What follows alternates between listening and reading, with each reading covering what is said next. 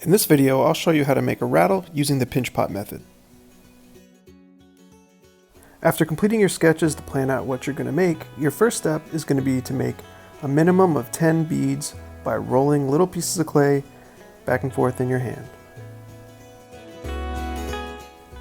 We want these beads to be about bone dry before we put them inside of our rattles, so it's a good idea to make these first and store them in a paper towel and allow them to dry out thoroughly.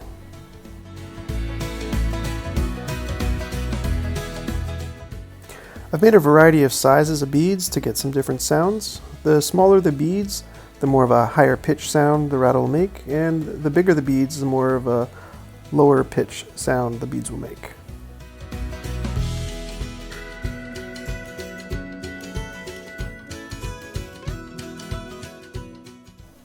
Now that I've made enough beads, I'm going to fold these up into my paper towel and store them until they're bone dry. Now to start our rattle, we need 2 small balls of clay. Roll them up and we're going to make 2 small pinch pots. We can push our thumb inside and begin turning and pinching the clay in order to form it. Look closely at the sketches you've made to get an idea of the shapes that you need to make. I'm forming a frog, so right now I'm working on the body, and now I'm going to make the smaller part into the head. At this stage you want to get a rough shape and make sure you test fit to make sure that both parts will fit together so that you can seal it up. Before you seal up your pieces, it's a good idea to add your beads, otherwise you're going to have to go back and cut it open and reseal it. Now that I have the shapes I want and I know that the head and body fit, I'm going to score both parts together with a serrated rib tool, and now I'm going to prepare some slip, and I'm going to thoroughly add slip to both the head and the body so that I can connect these and they'll be strongly connected. Now that I've scored and slipped, I'm going to push the pieces together and rub clay from one piece right back to the other and smooth the seam. I'm going to take this opportunity to smooth out the rest of the body as well and kind of start to clean it up a bit before I start adding arms and legs.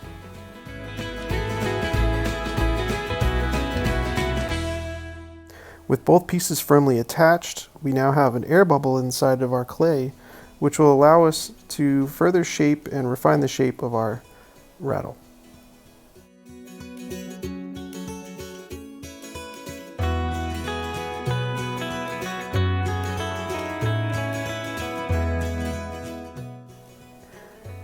With the body formed, I'm going to start creating some arms and legs from some coils.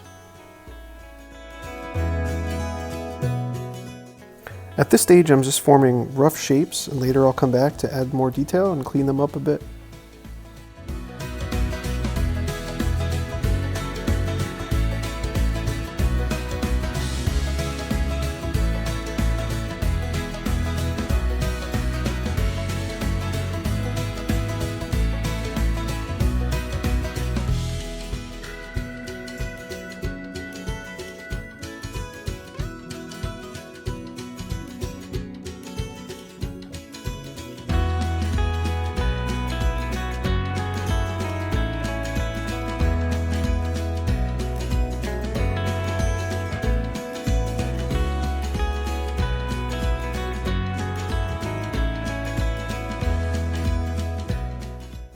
I'm going to mark where these legs belong, and then I'm going to thoroughly score and slip my parts to make sure that they're attached firmly.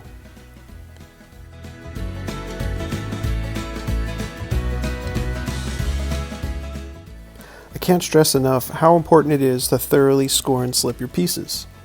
Once your work dries, if you don't score and slip, your pieces are just going to crack and fall right off. And if they do make it to the kiln without cracking and falling off, they'll most likely crack in the bisque fire. So save yourself some trouble and make sure that you spend a little extra time scoring and slipping properly.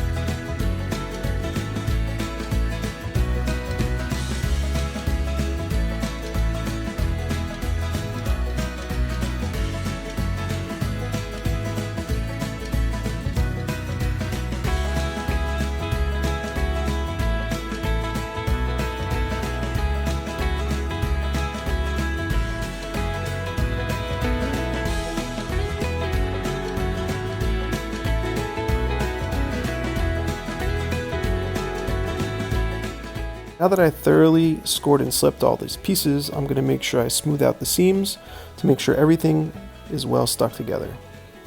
At this phase, I'm just going to finish cleaning a few spots out and allow this to dry to leather hard before I finish it up.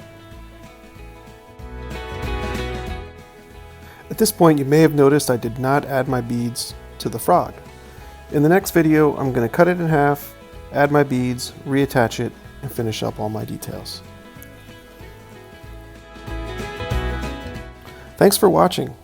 Keep an eye out for part 2 of this series.